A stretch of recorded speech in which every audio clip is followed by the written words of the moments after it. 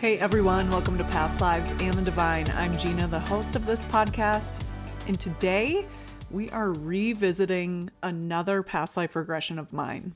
Well, having a past life regression was the intention, although it wasn't explicitly stated.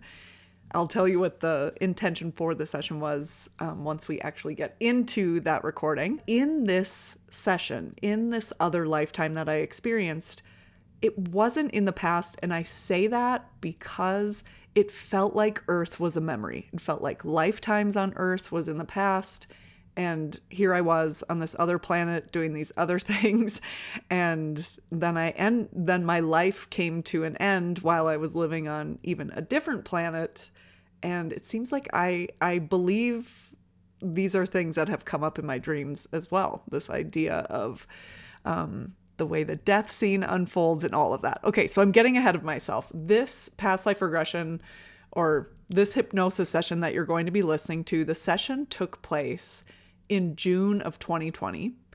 And then I shared it on Past Lives and the Divine in episode 29 in October of 2020. So when I originally queued this up in episode 29, at the time, I was really trying to still make sense of what this was, like what I experienced. What does this mean? Do I believe it? What does this mean for past life regression when we go into the future? And what does time mean? You know, that's always a question. What does time mean? How do we experience time? How is that different when we're not actually on Earth? All of those things. So prior to this session that I did, where I feel like I went into the future and into life on another planet, I had really thought of past life regression as us going into our past. And those experiences, those are my past lives. My soul has lived those lives before. And yes, I still believe that. However, my perception and my viewpoint on it all has really expanded. So I don't necessarily think these things are happening in the past or in the future, given all of my personal experiences in these realms and my experience guiding hundreds of clients in these realms. I think of it more as like everything happening all at once. But we're not going to talk about what I think today. That's going to come in next week's episode. So like I said today, you're going to listen to this original session that I aired in episode 29. The session is from summer of 2020. So what you're going to hear is kind of scene by scene the recording, and then you'll hear me break down that scene and kind of what I thought. And then next week, I'm going to come on and just discuss a little bit more about where was I at that time and how do I make sense of all of this now? Because this hypnosis session, I feel like it really accelerated a shift in my views, about using the term past lives, a shift in my views of what is actually happening here. What is my life? What is your life? What is our shared experience? And I'm going to get into that all next week because I really feel like this started it really accelerated something that was already happening. A shift in perception of what was happening, a shift in kind of how I organized this in my brain as to what is happening and what do these things mean and what does this mean for my own personal beliefs? You'll hear in the recording of this session how I mentioned something about it was almost hard for me when I was sharing this recording. It was hard for me to kind of really wrap my mind around what does this mean for me now? And do I believe this? And I really felt conflicted about sharing this episode with people because it was kind of veering off the track of where I was at the time. In hindsight, looking at it, I'm like, oh no, you're right on track. But at the time, that's how it felt. But I did feel compelled for whatever reason to share it. And so in that, I really had this feeling of this is something bigger. I can't wrap my mind around it. I know it's a shift, but I know it's a shift that's something bigger. And of course it was. I say this in episode 1 of Past Lives and the Divine, is that I am not claiming, I don't want to be your guru. If you hear from my experiences and that shifts something within you, that makes you feel better, that's great. That's what I want. But I'm not here saying I have all the answers. I'm not here saying that I am right and this is the capital T truth. What I'm saying is, as always, for the last 5+ years, I am just learning and growing and just sharing the experience with you because I don't mind talking. I don't mind doing it. And it sure seems that a lot of you like it. So I just want to reinstate that. Like, I'm still on a journey of trying to figure out what this all means. And I have made so much progress since, the 3 years in which I did this session, 3 years ago when I did it, and then when I shared it on the podcast. And next week, I'll get more into like where I'm at right now and what's really changed for me and how I view this session at this time in my life. So the recording, I took it from the intention statement. So it starts with the intention for the session, and then we go into the session recording, and then weaved into that is my reflections on it. And again, those reflections are from 2020, so 3 years ago. You're going to get my updated point of view next week. So if you like this, if you've gotten like relief or pleasure from this episode or any other episode, please consider leaving a review on Apple Podcasts. And if you like it and you want more, you might want to join my membership group, Kinship. Kinship is a month or a year-long membership, and we get together and we do hypnotic journeys. We have discussions about those hypnotic journeys. We have a WhatsApp group to stay connected between our monthly meetings, all kinds of things. Definitely click the link in the show notes. Kinship will be opening up soon. One more thing, if you want a one-on-one session with me at the beginning, the first half of 2024, I am opening up that schedule. And the first people who are going to get a chance to schedule a session with me will be in the email I send to everyone on my email list on November 17th. That is 1 week from today when this episode comes out. And if you're listening in the future, hop on that email list so you can get first chance to schedule your session with me. Last time my session scheduled out in less than 3 hours, which is wild. So make sure you're on my email list. Just go to pastlivesandthedivine.com and hop on there. Okay, everybody, gather around the fire for this life on another planet. The intention for this session was I wanted to see a past life that would help me to further develop my power, my talents, my gifts in this current life. And it was really just, that's kind of how I show up actually to most of my past life regressions, is a little bit more general, unless I'm dealing with something super specific. But at this point, or for the last couple of years, it's been a little bit more general, and I'm interested in kind of really cultivating my own gifts, because I know that everyone's gifts are different. I think our gifts are kind of this really great combination of our personality, our earth suit, our physical form, our body, and our soul, and our soul's experiences, and our soul's preferences. And when you mix that all up together, you kind of get like this unique blend of gifts and abilities and environments in which to show or shine or share those gifts and abilities.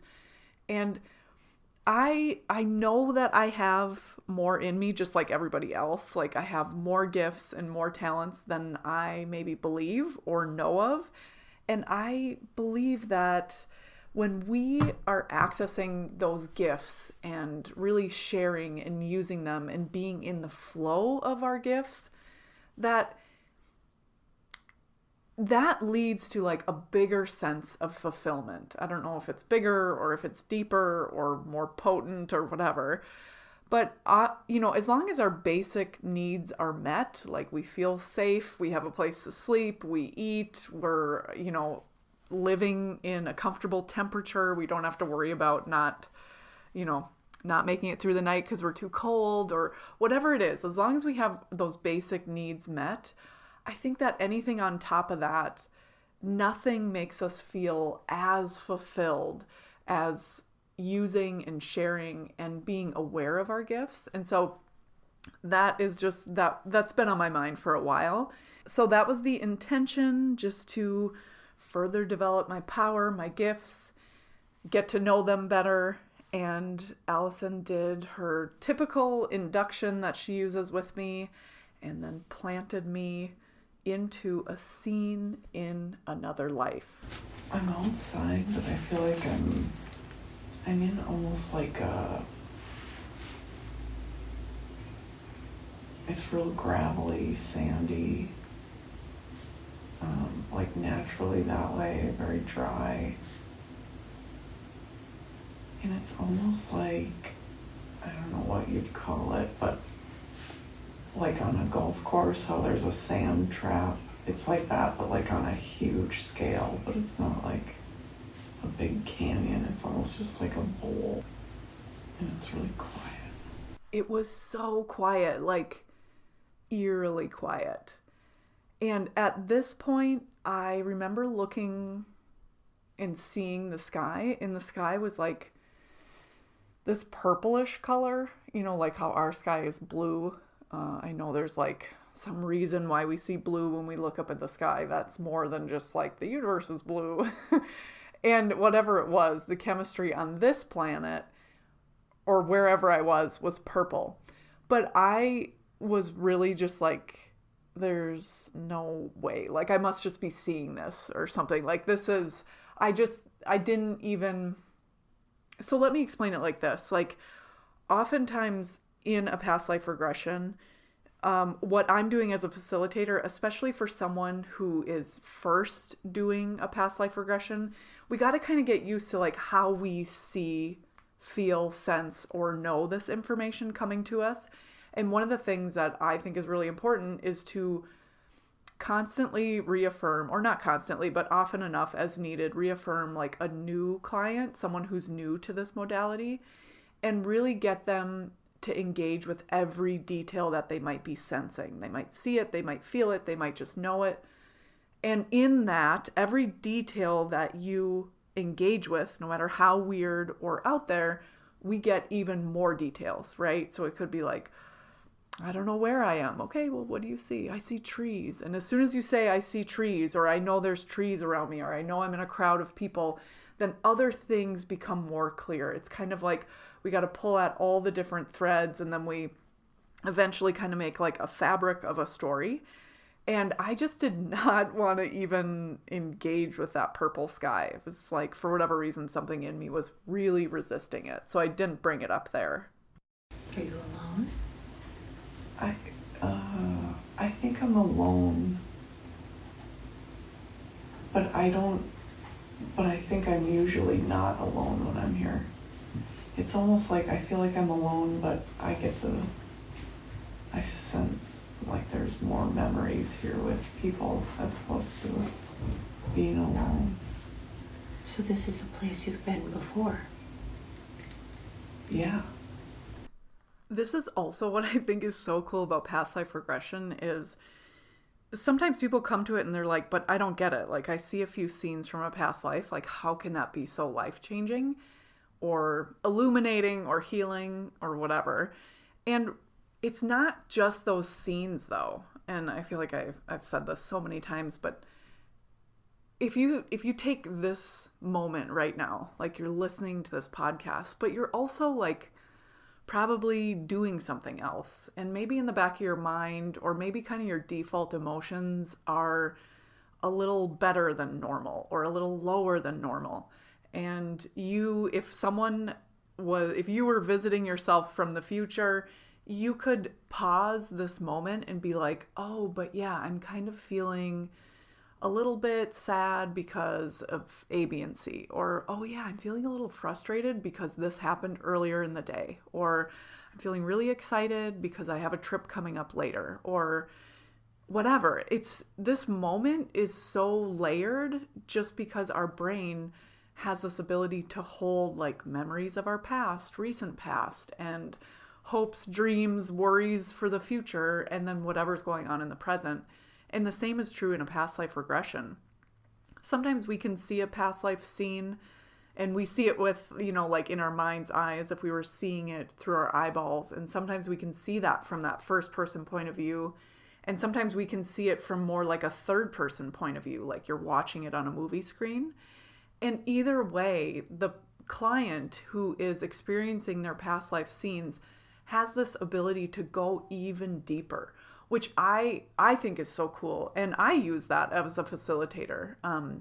If someone is having a bad interaction with their husband in that past life, to be able to go a little bit deeper and to be able to, right there, without having to re-experience those past life scenes, understand that emotional connection to an activity, to a person, to a place. Even though I was alone and I was the only person around, and at the time I didn't know it, but I was like the only person on this small planet, I knew there was very much an imprint in my mind of, yes, but I'm also here a lot with other people or other beings. I think that I'm usually here with people who are like doing something with the ground, but it's more like study based, but it's not like, we're not like an archaeologist or something.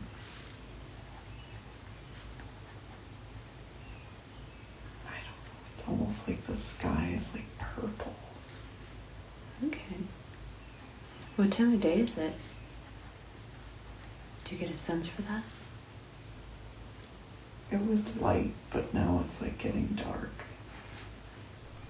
So at this point, like, observing the planet, the purple sky was just something that I couldn't deny, partially because what the fuck, a purple sky, but also because there was like nothing on this planet. I mean, it was really similar to like, if you've ever been to the Badlands in South Dakota, but if it was like more of a canyon, or not a canyon, but like I said, a bowl kind of, where you can see this impression in the planet, but it's massive.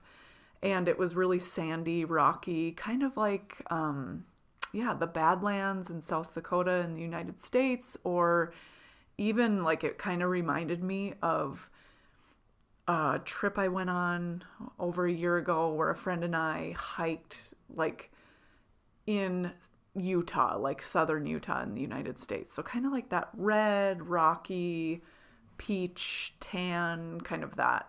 And so I was like, I don't know, a purple sky, fuck. Where am I?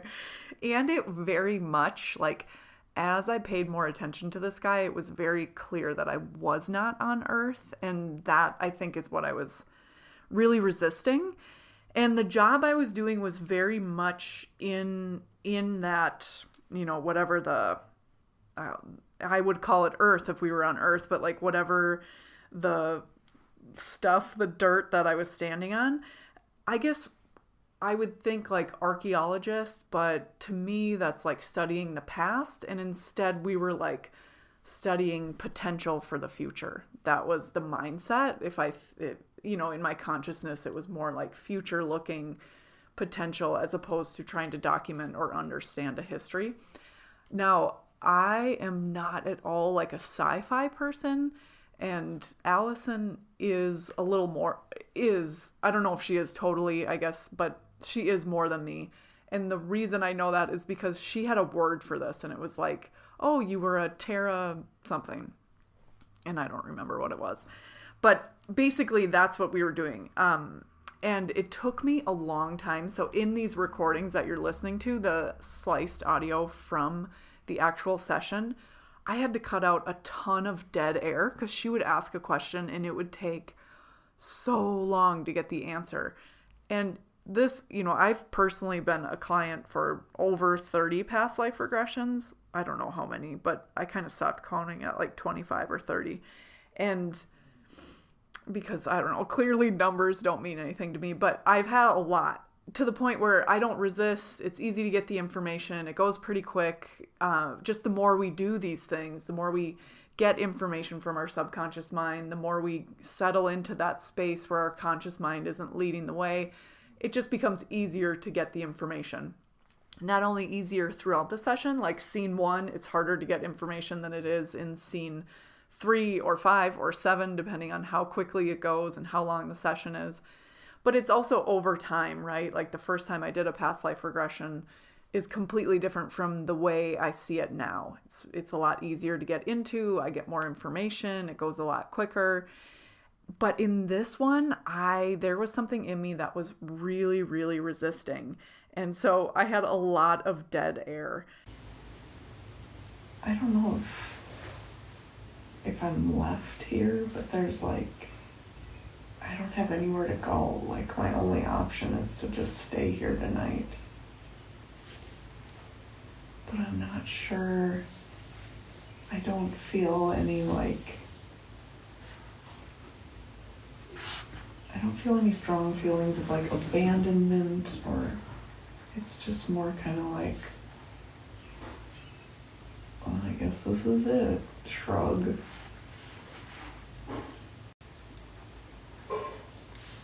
But I'm not thinking about where am I going to sleep. Just kind of walking around. So when I, as Gina, think about being the only person on a planet, a barren planet, I mean, that's the shit my nightmares are made out of. So part of this was hard for me to kind of reconcile. So what happens when we doubt, or in my experience, what happens when I or a client doubts what we're seeing, it taints how much we can see and like what we get out of it. So I, for example, had a client a couple years ago who was having a great past life regression. She was seeing a lot, but then realized she was like in a jungle or some sort of wilderness setting, and there was dinosaurs around. And that kind of really snapped her out of it, because it's my understanding that history books teach that dinosaurs didn't live when humans lived. And I could tell she was like just doubting the whole experience, right? Just kind of like, I don't know, killed the vibe of it all. And even though as a facilitator, I can sense that and I can urge her and give hypnotic suggestions to move beyond it, humor yourself, just go with this story and just indulge in it and not automatically try to doubt it or block it or think it's not working because you're seeing something that history books tell us didn't happen, which, as you can imagine, do I believe that? I don't know. But what I do know is that doubt can block information coming to us in a session. And so we're kind of, instead of just being totally in it, immersed in it, observing it, sensing it, knowing it, feeling it, instead part of us is kind of wrestling with this doubt. And that's when we get blocks. And so that's another reason why there was a ton of dead air here, was because I knew that I was wrestling with it, but I just like couldn't stop. It was just way too out there, because as this life where I was this man, and I believe I was kind of like mid-30s here, it was really just this sense of like, yes, I'm here. Yes, I'm alone. Yes, I'm usually with people, and I'm going to be here a while on my own. It wasn't like I was freaking out. Like I feel like I would if someone put Gina on a different planet all alone. I would be like, it would take a lot of mental gymnastics for me to be calm and get through it, as opposed to just totally enjoy it and be okay and at peace with it. And so part of it too was like his experience, his emotional reaction to this experience was so far removed from how I would deal with it today. Was like, it was just a lot to create doubt in my mind. Life on another planet, being alone, left out there. This was like literally the shit my nightmares are made out of. And so that was part of it too, was trying to reconcile that. I feel like I'm like waiting for a ship. I don't know if I was left in this bowl, or if I was left and that was part of my job or why I was here, but I'm waiting for this ship, and as I'm waiting, I'm just like immersing my consciousness in these other thoughts. And so this part though, where he's like waiting and immersing himself in other thoughts consciously just because he has no form of entertainment besides his mind is so funny, because the word like conscious, or the phrase of like consciously immersing myself in thoughts and memories, is actually something that I do pretty regularly in this life, where I feel like I just don't want to be someone where every time I have free time, I'm looking down at my phone, which is something that I need to actively, consciously resist at this point in technology evolution in my life. Number one, I think that it's bad to be staring at that screen all the time. For me, I already have like tight neck issues, so I don't need to be like looking down at my phone. And because it like weirds me out on some soul level when I'm like in line at the post office, which I try to avoid at all costs, or in line at a store or whatever, and everyone around me is looking at their phone. You know, no judgment, I do it too, but something about a crowd of people looking at their phone like fucking weirds me out. Just weirds me out. It's like, what is going on? Why are, like one part of me obviously completely understands what they're doing because I'm resisting that urge in myself. But then another part of me is just like, this is fucked up. Look at everybody just like looking at this thing in their hands. I don't know. Prime for mind control. I don't know if that's the fear. Who knows? But it is something I do where I'll be like, ooh, what have I been thinking about lately? And I'll just think. Like I'll intentionally wonder about something, theorize about something, relive a memory, focus on something in the future that I really am looking forward to. Or if it's something like right now, October of 2020, I'm thinking a lot about like what I want to do with the podcast in 2021. I want to release episodes every week. What does that look like? Is that realistic based on my work schedule? How could I make that happen without doing more work on my podcast, which logically seems irrational, but I think I might be able to do it. Anyway, so it's funny that that's what I called it. I'm consciously immersing myself in like thoughts and memories, and I do that all the time. And I think it's such a benefit to intentionally do that, especially as an entrepreneur. I think time spent in pondering, wondering, and thought is something that the society does not put value on at all. But especially if you're an entrepreneur or a creative, or if you have to do anything that requires any previous thought, it's important to have that quiet time of thinking. Like I think Bill Gates, isn't there something where he's like takes a week or two out of the year where he just like goes and reads and is quiet and thinks? And I don't really have a desire to do that, but it is something that is naturally worked into my day, or most days I should say. And that to me, I just think is so important. And as an entrepreneur, and like my second time as an entrepreneur, I spent 15 years in the wellness industry. I want to create a business that doesn't suck the life out of me. I'm not going to wake up one day and fucking hate it, hate the topic, think it's stupid. And so in that, it requires a lot of like thought and intention and cultivating my gifts and what it is that really does feel good. Whether it makes a ton of money right now, or the people around me can logically understand why I would make that decision without seeing the final results. All of that requires thought. And so I just thought that was so interesting, that little tidbit of like, maybe that's a part of my soul, or maybe I learned that in some other life and just have always taken it with me. Anyway, as I looked back on it and was listening to it, I was like, wow, that is so interesting. I do that today.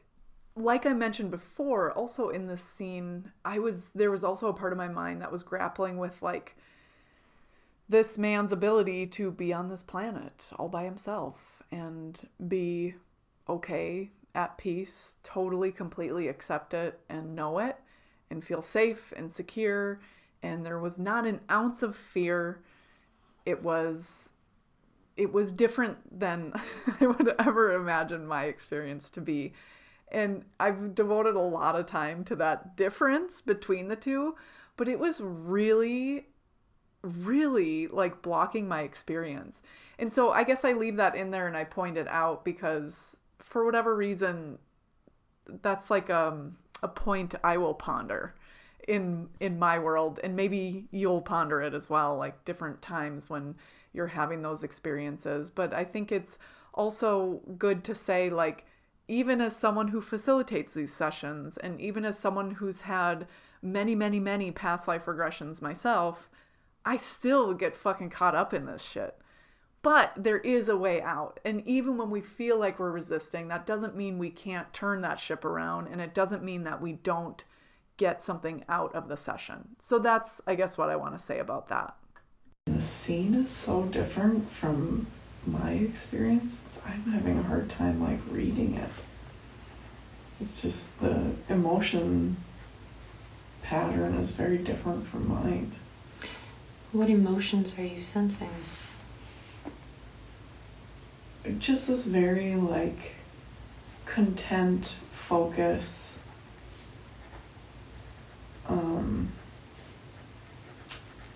But the things I'm thinking about are like, life changing. Leaving a loving relationship for a job, or not remembering the last time you saw that person. But I'm thinking about it as if I'm watering my plants at home, thinking about the neighbors I just saw 2 days ago. Like, it's not a big deal. I'm just here doing this thing. And so the emotions, I don't know, like I don't know how else to say it besides they don't make sense to my human mind. Yes. Okay. So on top of it, this being on this planet alone, waiting for someone or something to return, and feeling just like focused and content right here. And then what I was doing though, when I was consciously immersing myself in thoughts and memories, was I was having this memory of like this kitchen, and it looked like it's a very small kitchen. But what I could really grasp was like the tablecloth was kind of like this plaid or check or gingham kind of summery colors. And there was a woman there. And it was almost like, I would have said, my assumption was I left that kitchen and that home and that woman and came here. But the emotions I was feeling about it were not the emotions Gina would have had if she left a good life and a great partner and was now alone on a planet. So that was also like, what in the fuck? Like, how is this person so calm and rational about it? But looking back on it and seeing the whole scope of it, it was just this like sense of acceptance of here's where I am, and I love the bigger picture, and so I love this small picture, even though I'm, bored and I've got a lot of time on my hands until, whatever happens next in my life. And so that was part of it too, was like this memory that I was having. I wasn't sure if it was a memory or if I was just like, now what would life be if this wasn't my path? And I'm not sure which one it was at the time of first being in that memory of that kitchen and that woman in this part of the scene, in this part of the past life regression. I felt like it was a memory, but then later on, I almost felt like maybe it wasn't a memory. Maybe I was just thinking like, what if I would have taken a different path? So who knows? But that was another kind of discrepancy between what's happening and how I'm feeling in this scene is completely so different and far removed from the experience that Gina would be having. I feel like this is a life exploring another planet. I find myself resisting that because it's... Don't worry. Just all your job is to do is to report what you see, not to make judgments on it, not to accept it, not to deny it. Just describe what you see. So that was me basically coming clean to Allison, like, I'm gonna need help. And what's so cool about hypnosis is like, when you're the client in that space, even as the facilitator, when I say, okay, on the count of 3, we're going to move to another significant event in this past life. And you're going to, on the count of 3, the details from this scene are going to evaporate, dissolve, move away. And when I say 3, details from, another significant event in this past life will begin to come into your mind, into your awareness. And then I go 1, 2, 3, and they're there. And it is just something about hypnosis, being in that space of the subconscious mind. And it's just another example of how you are totally aware. Your conscious mind is there. Your conscious mind is aware. But it's your subconscious mind that's in the driver's seat. And so it's very much, when I said that to Allison and she was just like, your job is just to observe. It was like, you wouldn't think I would need it, but it was like this permission slip of like, yep, it's weird, just go with it. Now, at this time in the session, Allison didn't know that I was like on another planet. When I had mentioned like a ship is coming, and when I see her notes, it's clear that like, when she wrote down like waiting for a ship to come, it was like in her mind probably like, I'm waiting for a boat, to come floating over and come pick you up. And instead, when I said that, it was like, she said she felt a major shift in the session, just from how she was participating, how she was, anytime someone's telling you a story, it's perfectly natural for us to start populating that story in our imagination, right? We might see the picture, whether it's the same as the picture as I'm seeing, I guess we'll never know. But she was also like, whoa, I just felt different in that. And this is where her handwriting changed. And so before I had said that I feel like I'm on another planet, she, like, the line that she wrote before that was her regular handwriting, or what everything was like her regular handwriting. And then what she wrote before that, like emotion patterns different from mine. And then she started writing content, focus, life-changing, memories, don't make sense to my human mind. And then she wrote, I feel like I'm an alien. And that is like this different handwriting. I don't know. It's so bizarre. And so it was like everything is her regular handwriting. And then the moment we kind of shift to like, oh no, this is a life on another planet. And I tell her that that's what I think is going on. And she understands that. It was like the energetics of the room changed. It was really interesting. Like I felt it when she was like, just observe, that's all you have to do. And then when I was like, okay, I feel like I'm on another planet. And I like accepted that within myself. I felt like the details were strong and fast moving, like they always are now or usually are in a past life regression for me. And her handwriting just like changes. It's so crazy. So with this shift, something changes finally. I'm no longer the only person on this planet. And we actually go somewhere. So even though I'm having all these thoughts and memories, I'm still just like kind of standing, and then I move to a sitting position in this kind of dry, gravelly dirt bowl in this planet. And so finally, once I recognize and accept like, okay, I'm on another planet, and Allison reminds me like, hey, just observe. That's all you have to do is observe. Then things kind of start to get moving. I see a ship land. And I'm happy they're back. Who's back? It's a group of people who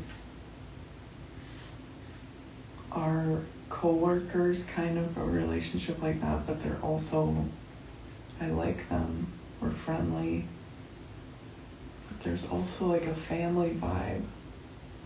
Like we've all left our families to be here doing this stuff. What kind of stuff? we study other planets and the what I would call soil, but they have a different word. That's like studying the surface of a planet.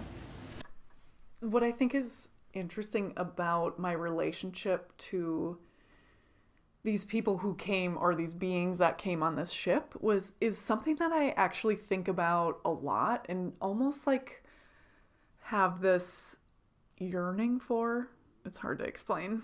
I mean, isn't all of this hard to explain? But it's this sense of like, when I say it's like we're family, it's like how sometimes with family, it's like, you know, and this isn't my family experience necessarily, but I see it a lot on TV, I guess, where people are like in a family or in a neighborhood, or like right now, Alex and I are watching Schitt's Creek. I'm like super late to the game on that, and I am in love with it. Oh my God, it's so good. But one of the things is like when people show up and they are just being authentically themselves, how people who are opposite of them or different of them eventually can like warm up to them and just like love them for who they are, even though they don't always like them.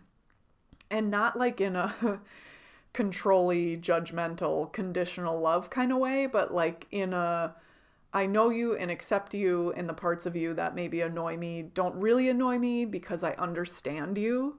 I don't know. Do you ever think about this? Like, and it just seems so freeing and comforting in that sense of like, you know, these people, you maybe wouldn't hang out with these people, but by birth or geographical location, you are close to these people. And that's what was really strong there. And maybe it probably stuck out to me, honestly, because I think about it from time to time. It's one of the things I ponder is like, but if I really tease at that knot and that tanglement of what that is that I think seems so comforting, of a group coming together, again, because of like family ties, or we all live in the same neighborhood or the same town or whatever it is, or we all work at the same place, how you can come together and like and appreciate and accept people as they are, even if it's not necessarily like the flavor of person that you love the most. And that was just really, really strong there. And I talk a little bit more about my connection to these beings later on in the episode, later on in this session. But that's where I first felt it. And because it's something that I think about in my life as Gina a lot, and I observe a lot on TV, which I understand that TV is made up, but I do think that we have the human potential to feel that way and be that way. And so I don't have the answers, but that's something that I've been thinking about a lot. So when it came up as this really organic, authentic feeling in this life on this planet, when these people show up on, or these beings show up on this ship, that was really familiar to me, because it's something that I've not familiar in the sense that I feel it all the time in my life as Gina, but more just like familiar of like, oh yes, this is the feeling I've been thinking about. Yes, what is this? We're looking for certain things in the surface that would allude to ability to sustain life, or previous ability to sustain life. But not just sustain life, we're also looking for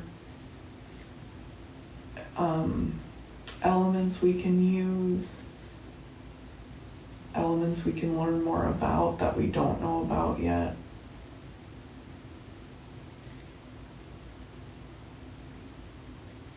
And so we go to these planets that are like barren, but have the potential, like the mildness that would hold life. So for example, I was able to be there on my own day and night, and I wasn't like too hot or too cold. It was just real mild. Okay. And so then that way we can also learn how it's safe for us to be there, so we can maximize our time. there by, getting as much work done as safely as possible so we can just move to the next. And I feel like this planet is just like nothing. And they left me there to use my materials and like study it. Something I do, I'm able to study certain something, I don't know what. And so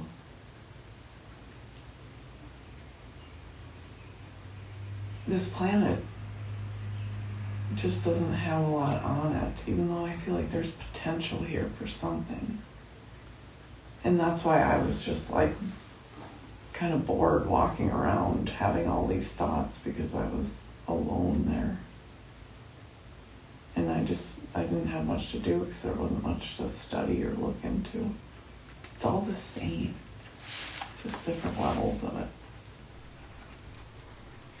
And so with that, I got the feeling that even though I was there alone, the beings that showed up on a ship were different from me, but we do this work together a lot. And for whatever reason, they were unable to, or I was just more suited to stay there. For some reason, someone had to stay there. So even though I got the sense that this is something I do, this is the way we work, they drop me off, I do some stuff, they pick me up, was really part of it was like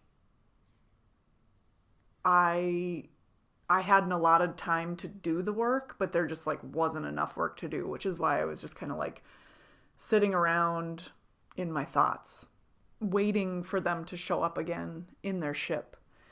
So when they did come, here's what I saw. I can't tell if this is a really big ship or if it's just a couple of them on there. But they've got like human figures. But we're all in suits, so I can't tell if we look human. Does this bother you that you can't tell that? No, but I feel like I don't know if we're human or not. Okay. I get the sense I'm different from them. Like if they're one kind of being, I'm a different kind of being. But we work together. And we've worked together so long that sometimes I step back and go, I can't believe I'm so comfortable doing this work. I've considered how I maybe started doing this work. It's all very different. It's hard to explain it, but the sky is like purple tone.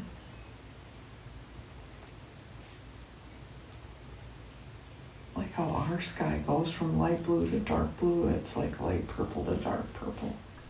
Clearly, I could not get over the sky, but it was such a cool, just cool color landscape. So if you think of like Southwest United States, and it's like the oranges and the reds and the pinks of the landscape, but then instead of being against a blue sky, it was against a purple sky.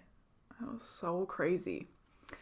And very, like, I can still vividly see it in my mind, and it's just like, whoa, holy shit. And what's so funny is, like, sometimes when I'm just out walking or thinking or something, you know, maybe a podcast or a story, or I'm watching a documentary, something that I think of is like, you know how the sun looks like on a sunny day? And I'm like, how does this, you know, you can see it in your mind. Like imagine a bright sunny day in the middle of summer, and you look up at the sky and you kind of know like how big the sun's going to be, what it's going to look like, because you've probably seen it every day almost of your whole life. And sometimes I think of, and I've been doing this for years, of like, but what does the sun look like from a different point of view of a planet? Or you know how sometimes like Venus or Jupiter will be really bright in the sky, sometimes I'm like, what does Earth look like from those planets? And probably the answer is boring. Like, it just looks like a star. Or the sun looks exactly the same no matter where you are in the Milky Way. But I just think of that. And then I start to think of like, well, like, what is it like, those planets with more than one moon? Like, I think our one moon is so beautiful. Like, I think my mind would be blown if I saw two moons, you know, from the vantage point of being on the planet in which these moons are orbiting around. So, and I'm sure there would just be like, you know, how we have all our theories about like, you know, if you're someone who works with the lunar cycle, like what you do on a new moon or a dark moon or a full moon or a waning or a waxing moon.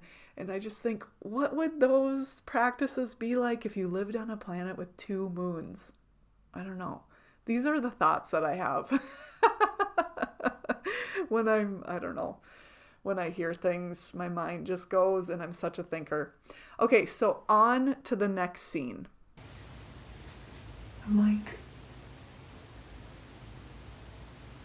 in a well-lit space. I think I'm on that ship.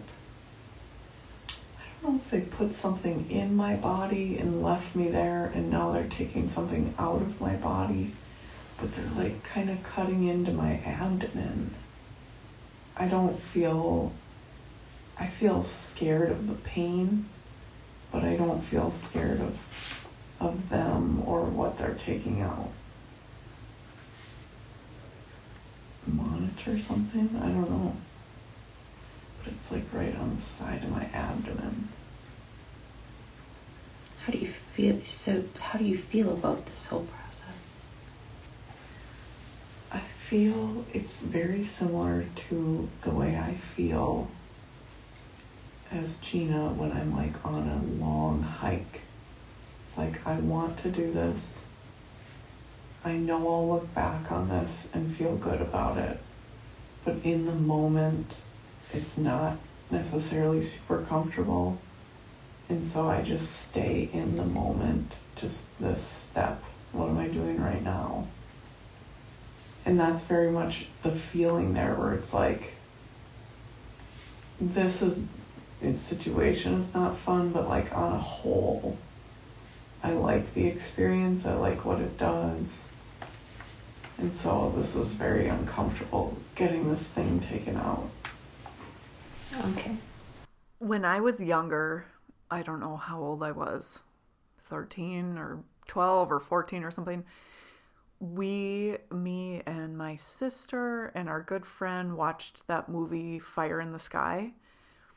And it was something just like the paranormal and ghosts and all of that stuff, something that somewhere inside of me is very drawn to that experience, to learning more about it, to understanding it. And then there's another part of me, this isn't any longer the case, but when I was that young and even into my 20s, where there was a part of me that was like beyond terrified to like hear about it, because I'm someone who I don't know if it's just a very vivid internal landscape, but it's easy for me, and I've been this way since I was a small kid, where even my mom said, like, even watching the intro to Scooby-Doo used to give me nightmares. Like, I don't know if you're a child of the 80s and 90s, but there was that show Rescue 911, and I don't really remember the premise of it besides like terror and emergencies, but I would watch it and then get like the worst nightmares. So for me, I've had nightmares where I'm like on an alien ship being like experimented with. And while I do believe that truth shows up in dreams, because these dreams for me happened in relation to watching that movie Fire in the Sky, hearing about that story, and like soon after that, or if I kind of like went down a rabbit hole where I was thinking about it a lot, or, you know, reading a book on it or something like that, I would get these horrible nightmares. So I personally don't feel like it was my experience. I really do think it was just a dream put in my brain because I was thinking about it a lot. And So that is my experience with even imagining being in a situation like this. But I was very much only afraid of the pain and not afraid of the beings that were doing it to me. And even though I couldn't really see them, if I had to guess, they were kind of like in the little gray category. Even though they weren't little, they were tall. Yeah, I guess like they were tall. I can't really see their faces, and they had 2 arms, 2 legs. And when they were cutting me open, it was just very like smooth, pale skin, but not like pale white skin of an earthling with white skin, but like more of a grayish or bluish tone. I don't know. I'm very new to the alien game, or I'm not new to it, but I do not think of myself as even maybe qualified to speculate on it, even though I'm doing a whole podcast episode on this. I guess that's part of my trepidation, but so it was very much the fear of the pain. It's just like if you have like that kinesio tape on a sore muscle and you need to rip it off, you want it off, it needs to come off, you wanted it on and now it needs to come off. It's like still that pain is like, ouch, ouch, ouch, ouch, you know? And that's what I was afraid of. They like, with a laser kind of thing, like sewed me up. Not sewed me up, but like my abdomen doesn't even have a mark there. And we're just laughing about how scared and nervous I was when they were doing that. I had like freaked out on the table. They took it out, and then we had a good laugh. Like they were laughing, the beings that put it in me and took it out of me. Then in this scene when they were taking it out, we were all just laughing about it. And what were they taking out? It was like before they left, they had put this monitor of some sort in me. And it was like when I looked down at my abdomen after they sewed me up, it wasn't a sewing. It was like a laser beam that they just like hit the incision with, and it just like went away. But my abdomen was like smooth and lighter color. Like I didn't even have a belly button, but it was kind of more like a white person's human skin. Then their skin was like pale, but more like bluish grayish. And so that monitor was something, it was my understanding that it was like they couldn't stay on that planet, but they still needed and wanted to study it. And that was part of how we worked together. Not like I was totally their guinea pig, but like it was, we were working together. Like there was some things that they were doing that I couldn't do, and some things that I could do that they couldn't do. And that's why. And so there was something with the monitor inside of me played a role in them collecting data, just me being on that planet in the daytime and through the night. And they were able to then take that monitor out of me and get some sort of data out of it that served their purpose of research. The place I come from was looking at, I don't know, life on different planets maybe, and created a partnership with this other species or other kind of being.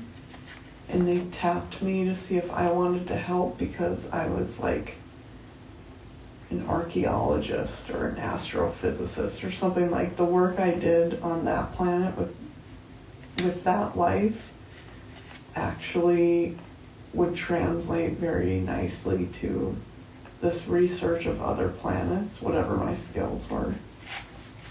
And so it was just like an opportunity that was like, I was just doing what I loved and being in it and not attaching myself to it. It was just something I loved to do, and so I made money doing it, made a living doing it. And then in doing that work, I was then recognized by, I don't know, the powers that be, as someone who would be a good fit for this partnership with these other beings. And because I loved this work, it was another interesting way to do it, and it could help our whole species, I guess. And so it was kind of a no-brainer to take the job. So no matter what kind of work I did on the planet that I had originated from, whatever that was, it made me a good candidate for doing the work that I'm doing in these scenes. And I don't know what that was. I don't know the planet that I originated from. We didn't go there, and it wasn't really something that I was missing, or I didn't have a feeling of being homesick. And so just given the intention of my session, which was just to focus on the life where I was like using my gifts and cultivating my gifts, even if people think it's like odd or not necessary, or, for whatever reason, it's not worth time. It is something that I was doing. It was something I was enjoying, and I was just peacefully doing it, not worried about what other people think. So I'm not sure where I came from, but it was like my history lined up perfectly to do this work. Like not only my history, but my work experience and who I was as a person. With that, then Allison cued me to go to the final scenes in this life. I'm a very old man on a different planet, but there's people that live on this planet. It's a planet real similar to Earth, but just the elements are much more dangerous. So like we can swim in the ocean here in certain parts, but that planet is like the ocean will swallow you whole. And the weather patterns are just a little more erratic, and there's more water, and the water is just wild. In the past few years, I think this was probably, I don't know, in the last 5 years at some point, I had this dream that I was on this other planet. And I was on this other planet teaching them about certain ways of living. And I don't know what those ways were. But while I was on that planet in the dream, it was a very, like, I just see us working with people. And when I say us, it was like I was working alone on this planet, but in the dream I was working alone. I was with other people, but I was like working. The other people were participating on some other level. But I wasn't necessarily like the only person doing this work. I just wasn't around those people. But I did have a feeling in the dream that it was kind of like a group effort, maybe among some different beings, to go to some planet and make some changes. And this planet, what stuck out to me was the same as what I saw in this final scene of this past life, where it was like, I had this feeling of like, I love being here. And it was a love, it's like when you enjoy something so much and then it leaves for whatever reason, and then you get something else in your life that kind of reminds you of that thing that you loved so much. And you might end up loving this new thing for other reasons, but for sure, it has the same resonance as the previous thing. I don't know. Maybe not. Maybe I'm the only one. But that's the feeling I had here, where it was like, this planet is so much like Earth, and it helped me feel connected to Earth. And I remember like romantically thinking about life on Earth and the landscape and how beautiful she is, and just the untouched lands and what they look like, and just how I feel when I'm there. And this was very much like Earth, right? It had mountains, it had water, it had hills, it had flatlands, it had canyons, it had all the things. But if you were to take Earth and just like turn it up, like turn up the colors, turn up the danger, turn up the dynamics, turn up the beauty, that's what this planet was. So just like how on Earth we'll like, go to the beach, and maybe some people go swim in the water at the beach, they swim in the ocean, and that was not something that you would do there. Like the elements of that planet were so tremendous, they were so dynamic, they were just like, it was too dangerous. It was much more dangerous. The elements of that planet were much more dangerous than the elements of Earth. And I know nature and Earth can be unforgiving. But this was just on a whole other scale.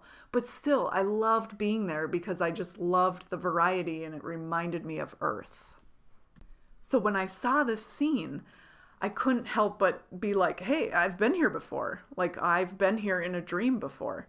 And that, to me, my dreams sometimes give me intuitive hits. Sometimes they give me other insights. But for the most part, it's just kind of like a wild ride that I'm not trying to tame, and I don't have any intention around like setting intentions for my dreams at night.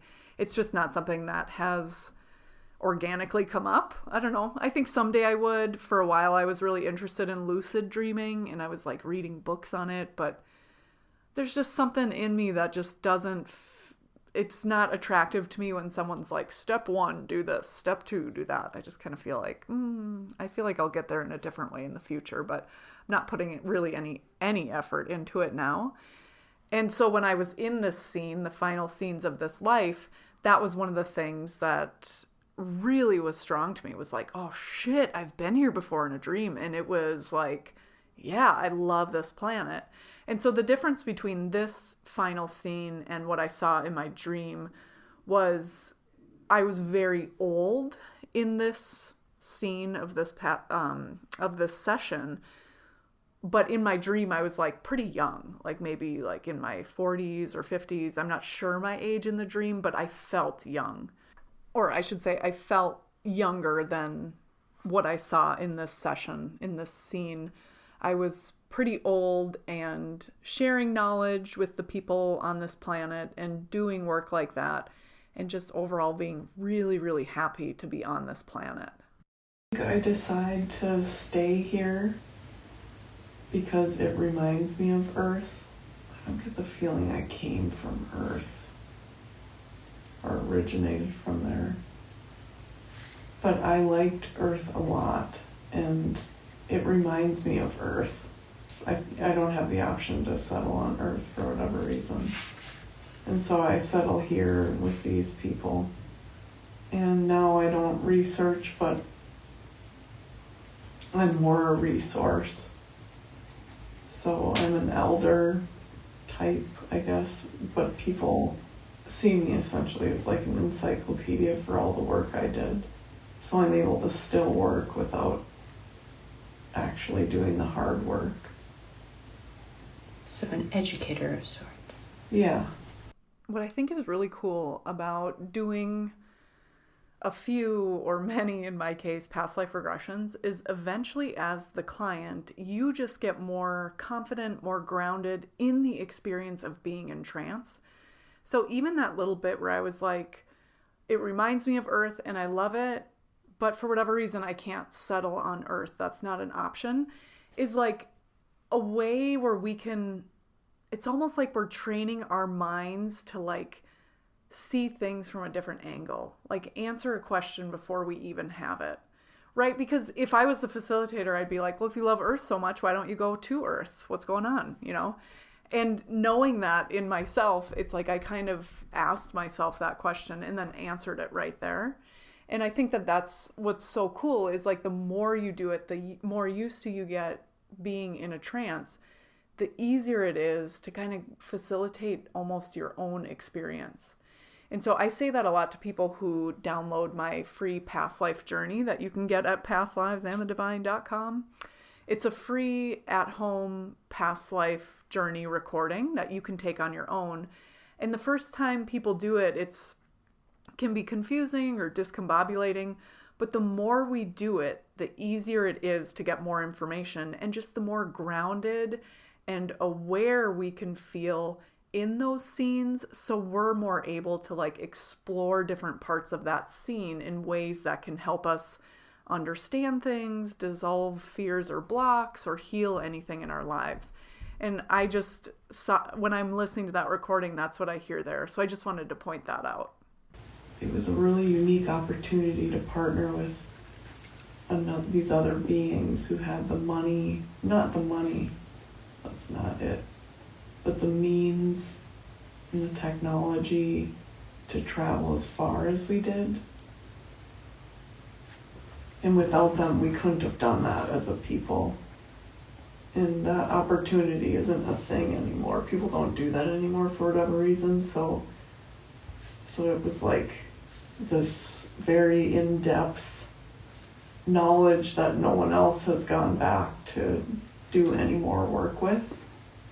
But for some reason, the knowledge is still helpful. So I talk to a lot of young people about it. They learn a lot from me. It's almost like a chunk of history that they keep researching, but instead of opening a book, they talk to me.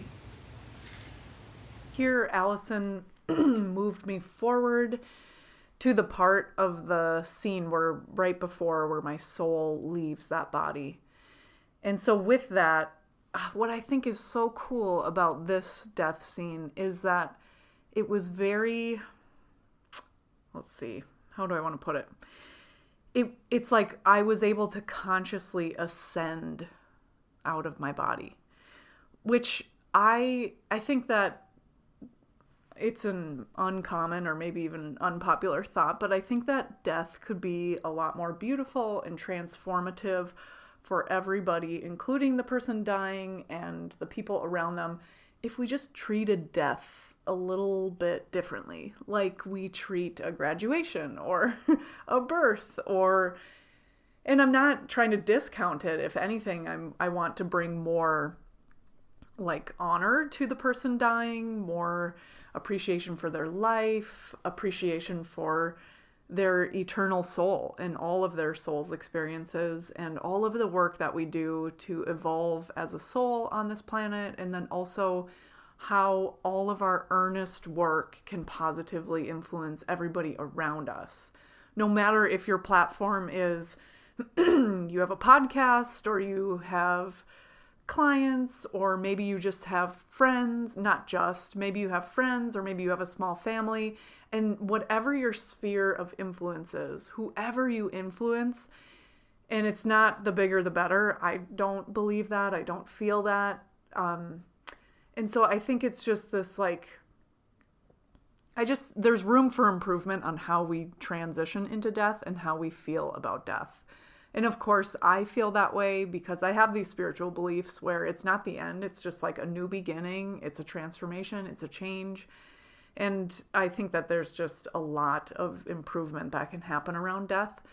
And I've said before on this podcast and in many conversations outside of this podcast is that I would love to somehow intentionally go about like ascending out of my body. And I'm not saying like ending my life early, but I'm saying like if I have a terminal illness and it's getting so much worse that I'm like losing who I am and my existence is painful and it's painful for everybody around me, I would like to be able to like make the decision to consciously ascend and not have it be premature or a fearful reaction of something, but more having more honor and reverence and ceremony around that decision, and then in turn helping me and helping the people around me. I don't know. I'm like new to this. Hopefully I've got like at least 50 years before that happens. But I think that maybe my goal is to feel peace about the transition, to feel proud about how I transition and my life leading up to that transition. And, oh gosh, Roxanne is snorting and whining in her sleep. I don't know if you can hear that. And so this death scene was the first death scene that I experienced where it was like a little more of that conscious ascension out of the body. So here we are in that scene. This death is very different. I am alone, but it's almost as if I prepared for this like I was preparing for a trip.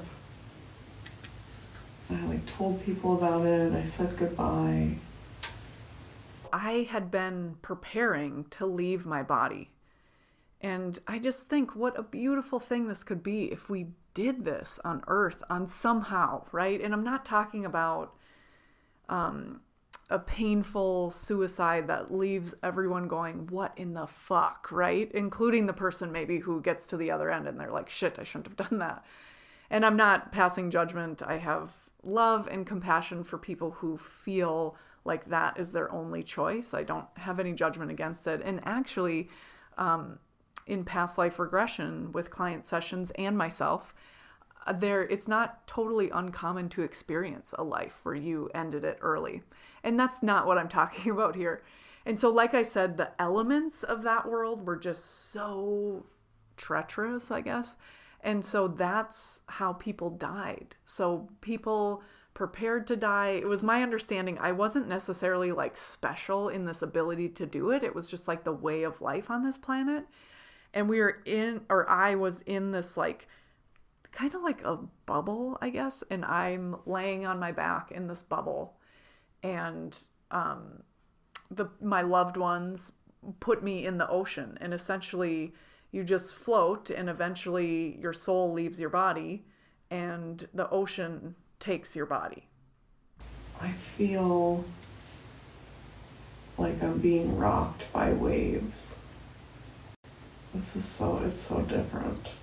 But it's very much like I'm going to leave my body, but there's no fear, nothing like that.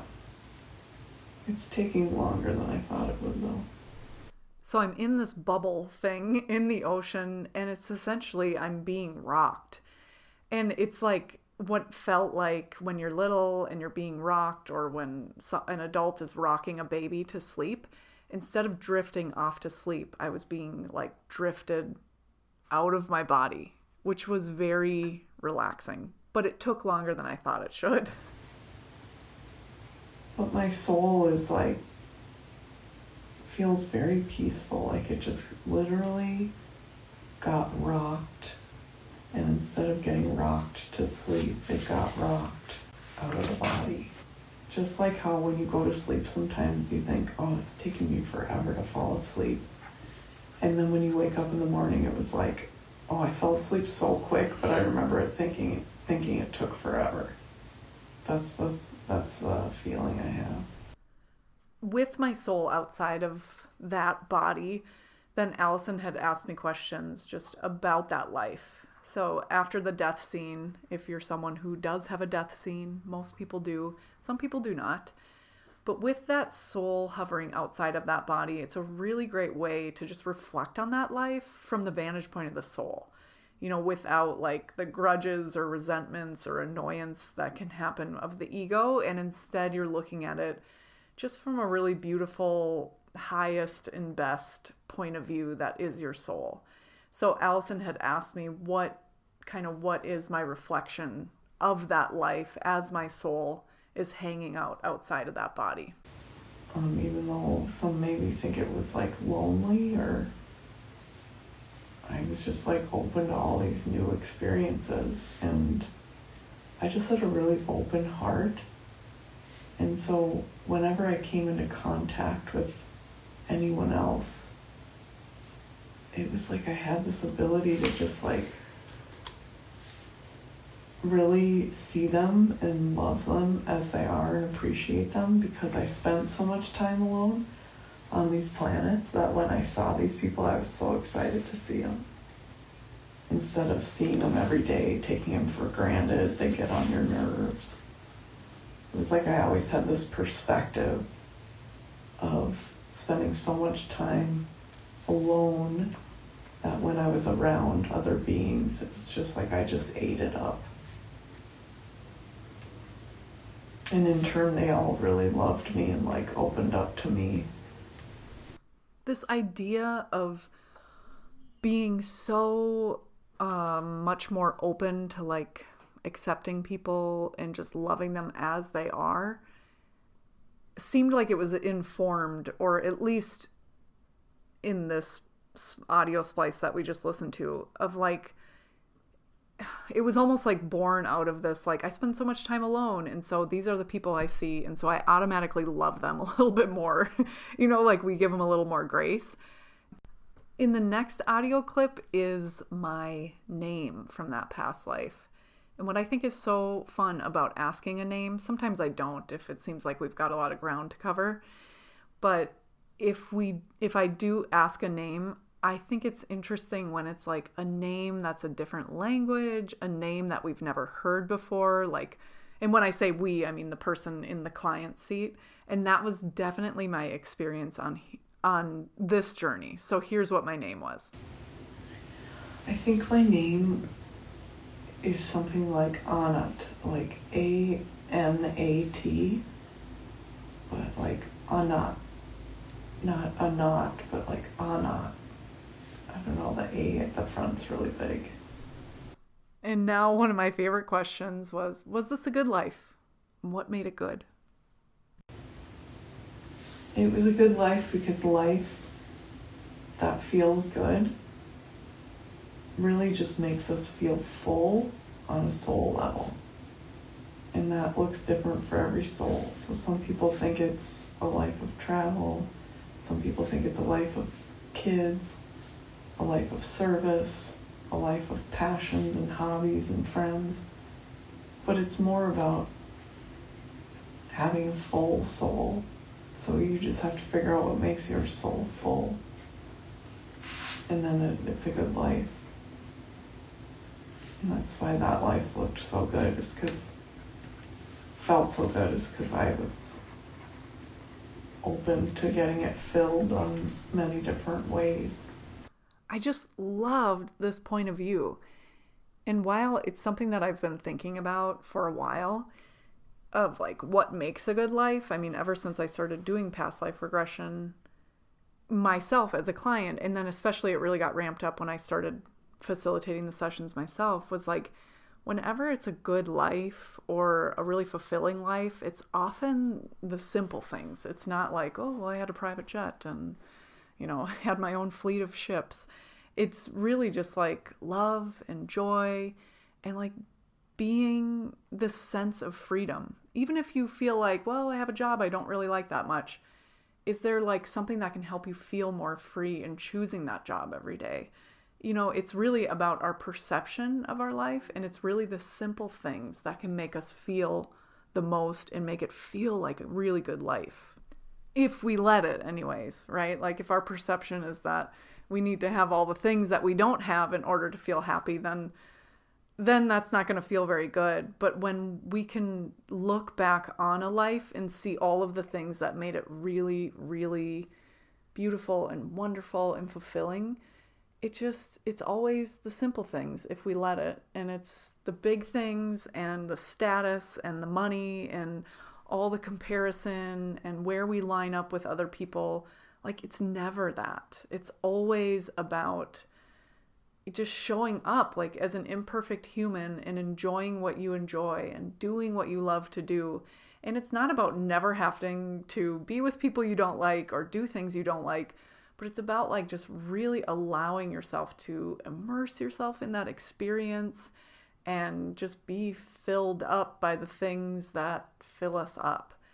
And so having those thoughts and having this what is a good life question that I've been thinking about and asking my clients in session, and I even ask my friends like when we're doing things and there's a lull in the conversation, and to hear this explanation of it in terms of like filling your soul, I think that that's what we mean when we say I just want something more fulfilling, or I feel more fulfilled, or I don't feel fulfilled. It's like the more action-oriented way of looking at it, for me anyways, that I didn't even know was a thing until doing this session with Allison and then re-listening to it, is like, yes, it's soul filling.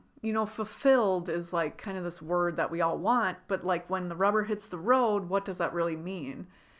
And for me right now, that thought of like doing things that fill you on a soul level is just like a different way to look at it that I think would illuminate more options to fill our soul and feel like it is a really good life. Because why not start doing that now as opposed to being like, oh, I see that as I reflect. I'm going to try to remember that. No, like see it now. See it now.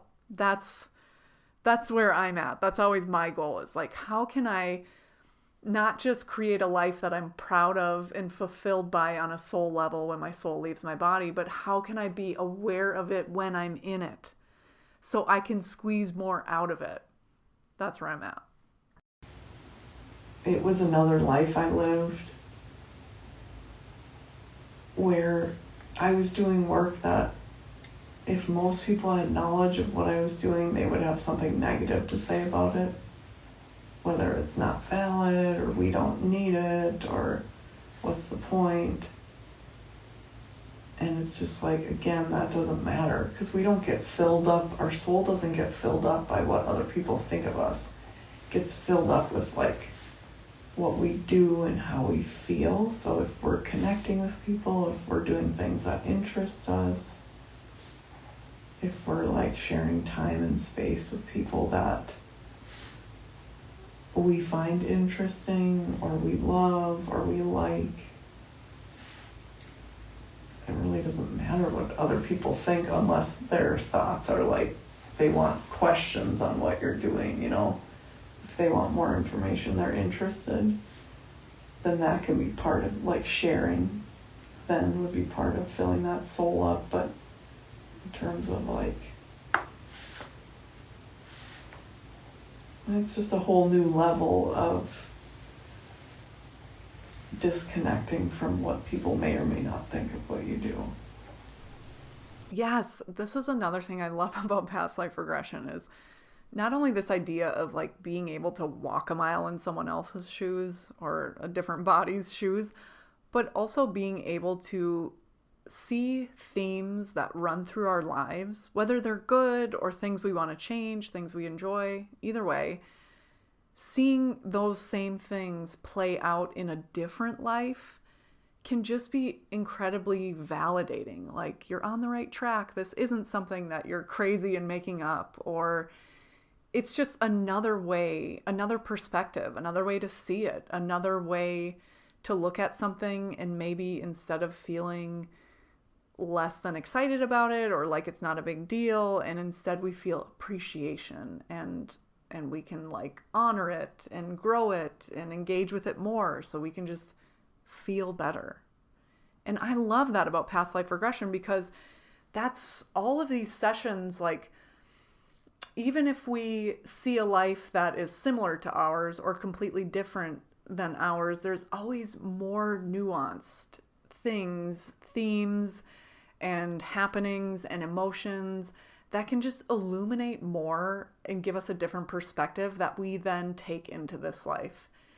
And oh my God, if we don't need that in the world today, this idea of, oh, you say this is a problem, and even though it's not a problem for me, I'm going to honor that you think it's a problem for you and try to help you find a solution.